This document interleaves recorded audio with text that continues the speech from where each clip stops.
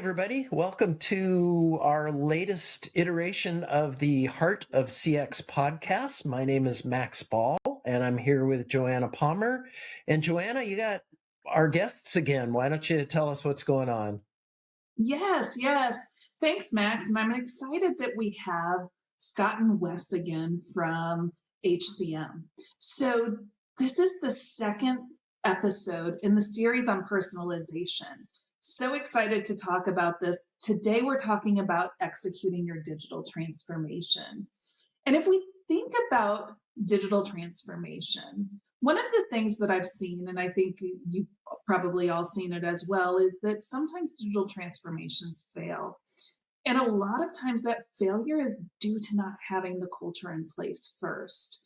And so we talked culture last episode. And so let's just jump in this episode and start talking about the execution of the digital transformation. So we've talked a lot about personal customer experience, and I think that there's a lot that goes into personalization. Can you define it for us? Absolutely. So, defining personalization is key. And before we jump into all that, first, I just want to thank you guys again for having us on and talking about this stuff. This is exciting, and it's way more exciting than me looking out my window right now in the middle of April, and it's white out and snowing here in Indiana. So at least I get to talk about something exciting like culture, digital transformation, contact center, personalization, all these great things and topics that get me excited and make me a little happier than looking outside and seeing a bunch of snow on the ground in the middle of spring. So We're helping you live in that virtual background you're enjoying at the moment. well, Yes, it does look nice. It looks thank warm there. Thank you. It's helping me get to my happy place so I can deliver great customer experience and service to everybody. So it's all in the mind at the end of the day. But Joanna, to go back to your question, it's a great question. How do we even define what a personal customer experience consists of? And Wesley and I'll talk a little bit this, and I want to kick it over to Wes too, because I think Wes has a lot of really great, perspective and thoughts around personalization as well. But without personalization, without really understanding who you're speaking with and who you're talking to, a lot of things just sound very robotic, and it's like a script, right? You get on the phone and it's like, thank you for calling XYZ company. How can I help you? And it's just like, and you as a consumer, right? You're sitting there like, all right, I guess we're going to do this rodeo again. Hi, I'm so and so, and I'm calling because I got this problem, right? And so, and you're just, and you're immediately as a consumer, when that starts, like that very scripted kind of like robotic tone, you're instantly like engaged. You as a consumer are not engaged in a personalized level anymore. You're at this, okay, I know this show, like we've been through this for the Yeah. last 20 years. You want to hit skip. You want to hit skip. Yeah, Yeah. you just want to hit skip, right? You're like, how do I Yeah. fast forward this? Like, right? Like this isn't fun. This doesn't make me feel like I'm unique, I'm valued, I'm part of their brand, any of that stuff, right? So, I think when you can find a way in that first talk off with somebody, right, to really make a connection with them. In our business at HCM, we say this saying, like, you got 60 seconds, give or take, right, to find a way to bridge and build a connection and some level of trust with the person you're speaking with on the other end of the phone. In our business, it's maybe a little bit more extreme. We talk about two of the most personal things in your life, your health and your finances, right? So we got to establish some level of personalization and some level of connection right out of the gate. And we got to do that within 60 seconds. And that doesn't mean we sound and talk off a script. We have to understand whom we're speaking with, why we're speaking with this person, and leverage a lot of information and whatnot that we have at our disposal about whom we're talking with, to then understand Am I talking to somebody that, God forbid, has stage 5 cancer, and we're helping them through understanding their insurance and claims, and ultimately what their billing experience looks like? Or are we talking to somebody that took little Johnny to his pediatrician appointment because he had a cold and he's going to be okay, right? Like, those two conversations from personalization aspect are going to be so different. So we have to understand how we greet, how we talk, how we leverage information, how do we do all those things to ultimately deliver what the right experience for whom we're speaking with, that's personal to them at the end of the day. I probably stole some of your thunder there, Wesley, because a lot of that is things that you've been passionate and talked about. I don't know if you want to add any other color to that or not, but Well, I mean, I think no, you didn't steal anything from me. Again, we operate as a team, and that being said, when we talk about that personal customer experience and get a little bit more granular here in regards to the information that we have. So when we're talking about your finances, when we're talking about maybe a healthcare experience that you've had, that's another thing to understand. To Scott's point around someone that is seeking oncology services, then having to pay for them, that's an ongoing relationship with one of our clients. And then we have people that just go in for a physical or, a quick, well, hopefully quick and uneventful visit to an emergency department. Those are some of the examples that when you look at it at a high level, it's like, okay, so how do you personalize a conversation around someone's ED visit? Well, did you go by yourself? Are we speaking with a mother or a father in regards to a child? And that relatability for our frontline staff is pretty important. So, that's another piece that's pretty important. We have a pretty narrow window. Our average talk time in a lot of our calls is generally under 5 minutes. Doesn't mean we don't have longer calls, but you gotta get somebody believing that the information, the confidence that they have in your ability, my ability to kind of help somebody it's kind of a 2-minute, 60-second window, like Scott said. And then once you do that, it gets even trickier because then we got to dive into, insurance billing, payment, things of that nature. And that's not easy. And a lot of our patients and consumers that we're interacting with, they don't come prepared to the call. So when I have a problem with a company from a customer personal standpoint, I usually know what I want. Sometimes we're calling them or they're calling us back. They got a statement that they received. They don't understand it. And they just want to have a conversation and they want some answers, but they don't know the questions to ask. And that experience in personalizing it, a lot of it has to do with the who, and the information that we basically receive from our clients around, are we dealing with a family, a single individual, and then the generational demographics, which is a huge, huge piece of how we operate on behalf of our clients. Wes, you said something there that's really interesting that I don't think we even talk about enough, is differentiating an inbound versus an outbound approach, especially when it comes to personalization. Joanna, it's so different, right? Like, we understand maybe when we're making an outbound, but we're going to catch maybe somebody a little off guard. They might not be expecting it. How do we personalize that outbound in comparison to how do we are the ones maybe getting a little caught off guard in the sense, and how do we prevent being caught off guard and know what we're doing when we get an inbound phone call, right? I mean, they're so different. It's so different. I want to drill down for a moment on the hard calls, because you're clearly, your agents get exposed to some really painful scenarios with people. And how do you support your agents either through those calls or after those calls, or prep them for those calls? Because that's brutal. Some of the conversations you're having, I'm sure. Yeah, Scott, where to even start? The hard calls, how we prep for that, a lot of it is the alignment that Scott and our greater team is driving internally. So, asking someone to, even if you break up your day with lunch and some breaks, asking them to sit back to back to back and have conversations with patients and consumers all day gets tricky. So facilitating a little bit more, be it a huddle or opportunity to share some experiences that they've had, it allows people to speak to the difficult calls. We also have a playbook that we kind of create and facilitate to drive alignment with our clients. And then internally, we have a scenario-based playbook that allows us to understand the questions to ask, the things to validate. In healthcare, there's a lot of questions that we have to ask too. And unfortunately, longer calls are usually, hold on, let me go rummage around for that piece of paper I got in the mail a month ago and threw, Right. in my recycling bin. That's a challenge.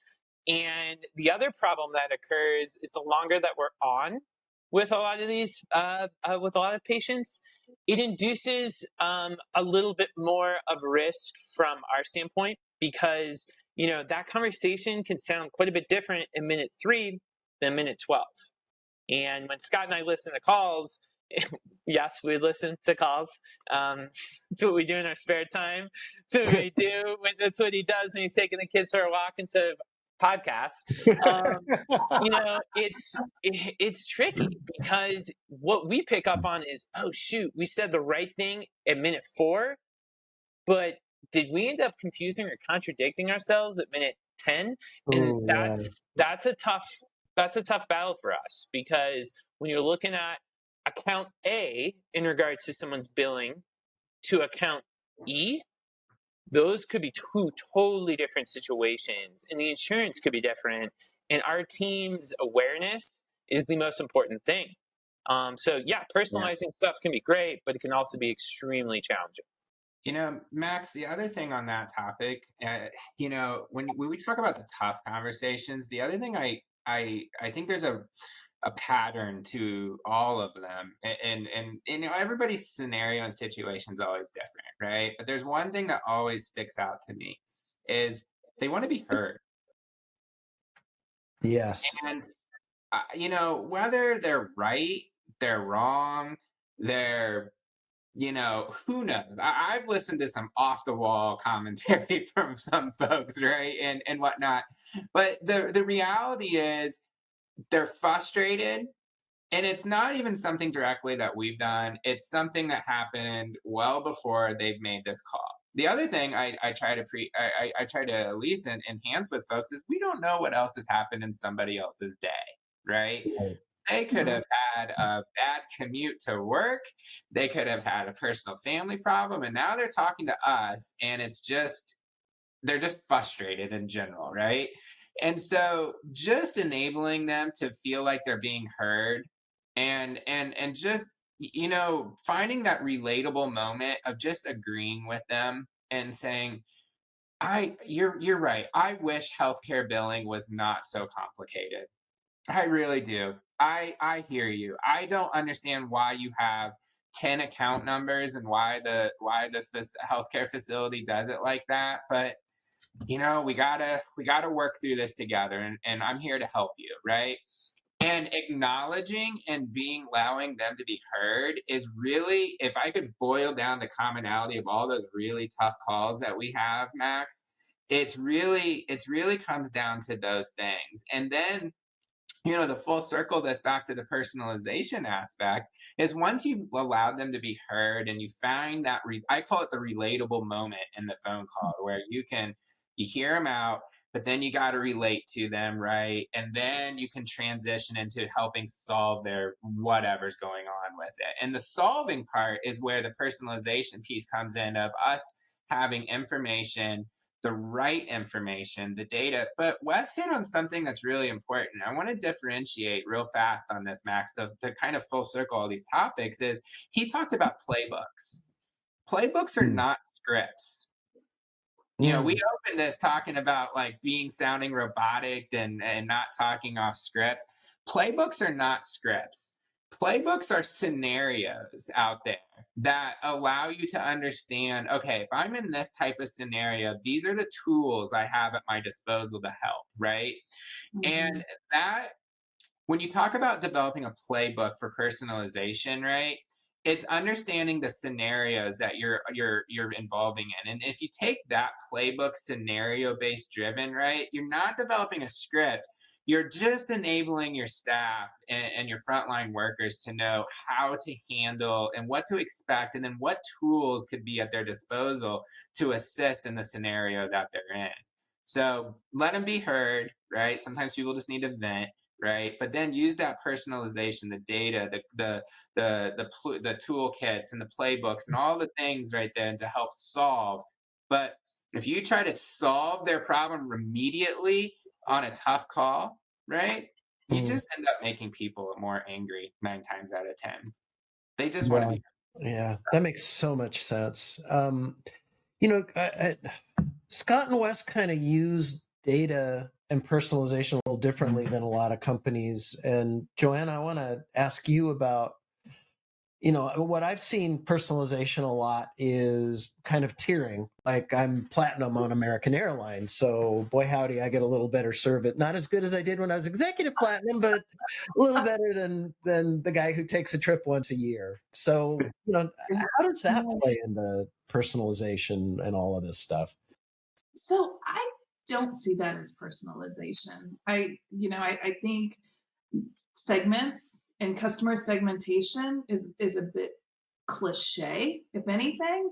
I see it as potentially a customer loyalty program and a tiered program, but that is company centric. That's not customer Hmm. centric per se. That's not personalizing the experience based on the customer needs, because those customers that may not have spent as much money as you or done as much business with you still have needs, still have the same wants and desires as that person that's spent tons of money with you and comes back time and time again. It's different situations. And so as we think about this, what I love with Scott and Wesley and HCM and some of their things is that they're doing this on a customer centric level and thinking about the various different customer personas and matching the conversation and the reactions based on the customer needs and personalizing it that way, not based necessarily on what HCM wants to fit these customers into in terms of trying to fit a square peg in a round hole. Joanna, you had me thinking just in the moment as you were articulating that, and it's it's almost like when you take a tiered approach, right, to service. It's, hey, how much have you given us as a business that's going to dictate how great of service we're going to give you? Right, And right. it's so backwards. I feel like as a business, we should be the ones out there trying to put our best foot forward and provide as much value back to the consumer as possible to earn that, right? To build that trust, to allow and show you all the things. So either if you're selling widgets, right, you're out there, you want to come buy more widgets because you had such a great experience the very first widget you bought, not because the person that bought one widget is going to get a so-so experience, but the guy that bought 1,000 widgets over here, he's going to get the platinum experience, right? Because he's worth more to us. Um, Right. it just in my head and the philosophy, it goes a little differently. I don't know. Am I thinking of that wrong, Max?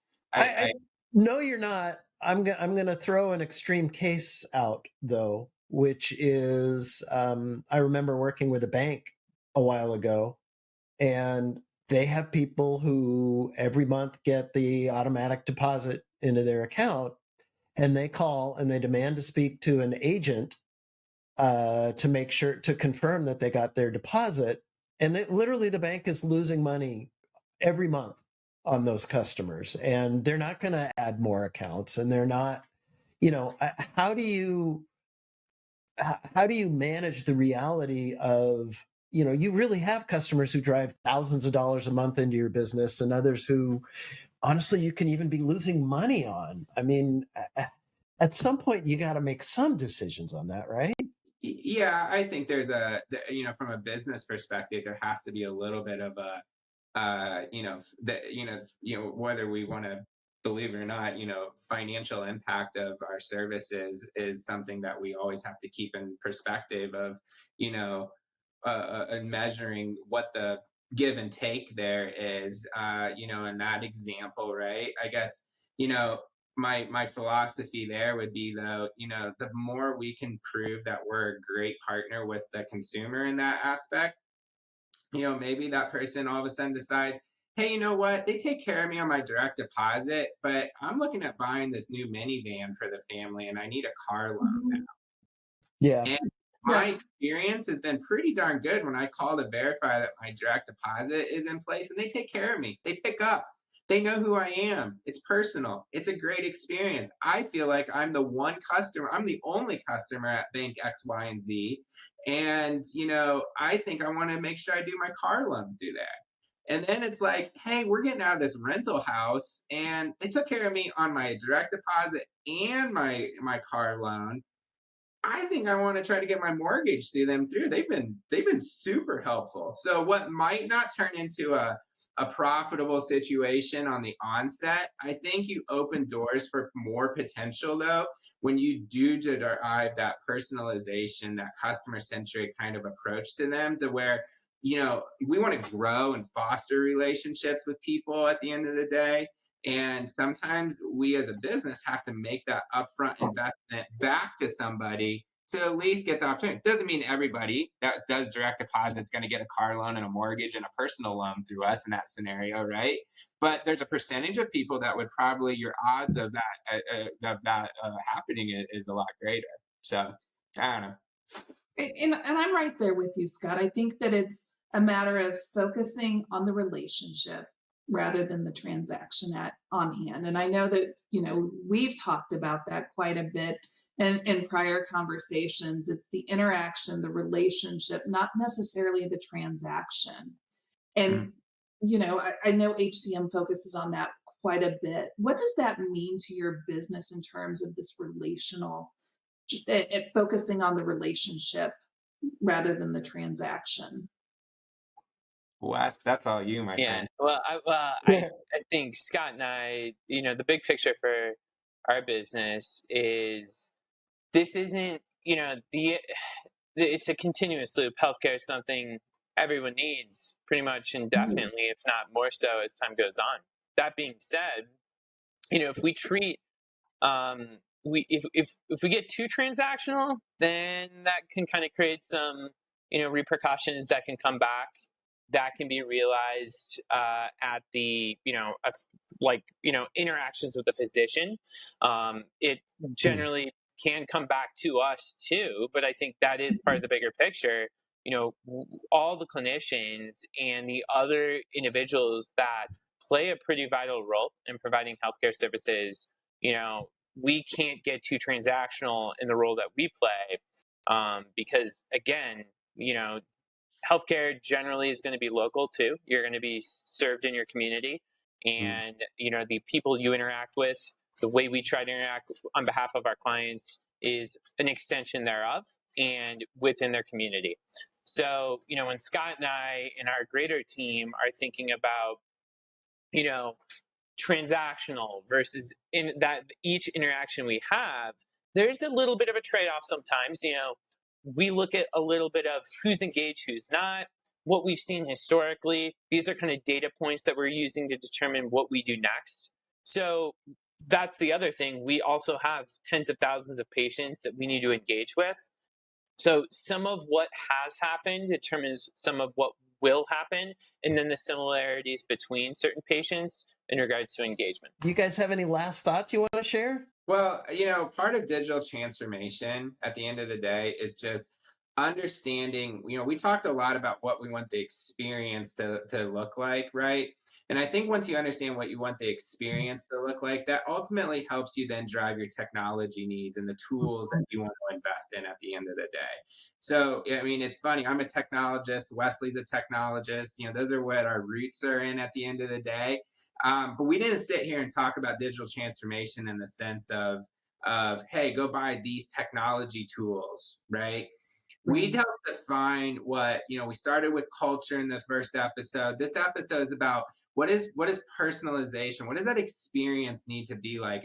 And hopefully these things are thought provoking to you. And once you kind of have an understanding of what you want the experience to be, then it's a lot easier in your digital transformation to go look at technology, what tools fit those approaches, how they can fit your, what you're trying to accomplish.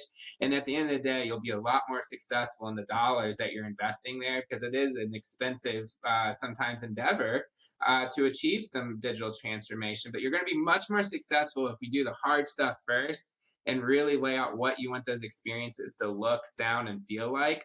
Then how do we support that with the digital transformation within the technology realm, and then couple that stuff together? So I think that kind of full circles a little bit this. Yeah, I like how we're building with this conversation, because the first was kind of the high level where you're going. Now it's what's the personalization, and next week a lot of that's going to be actually delivering it and looking at some of the technology, and also agent empowerment and things like that come into it. So I like the way this conversation is evolving. I think it's really interesting and going to be helpful for people.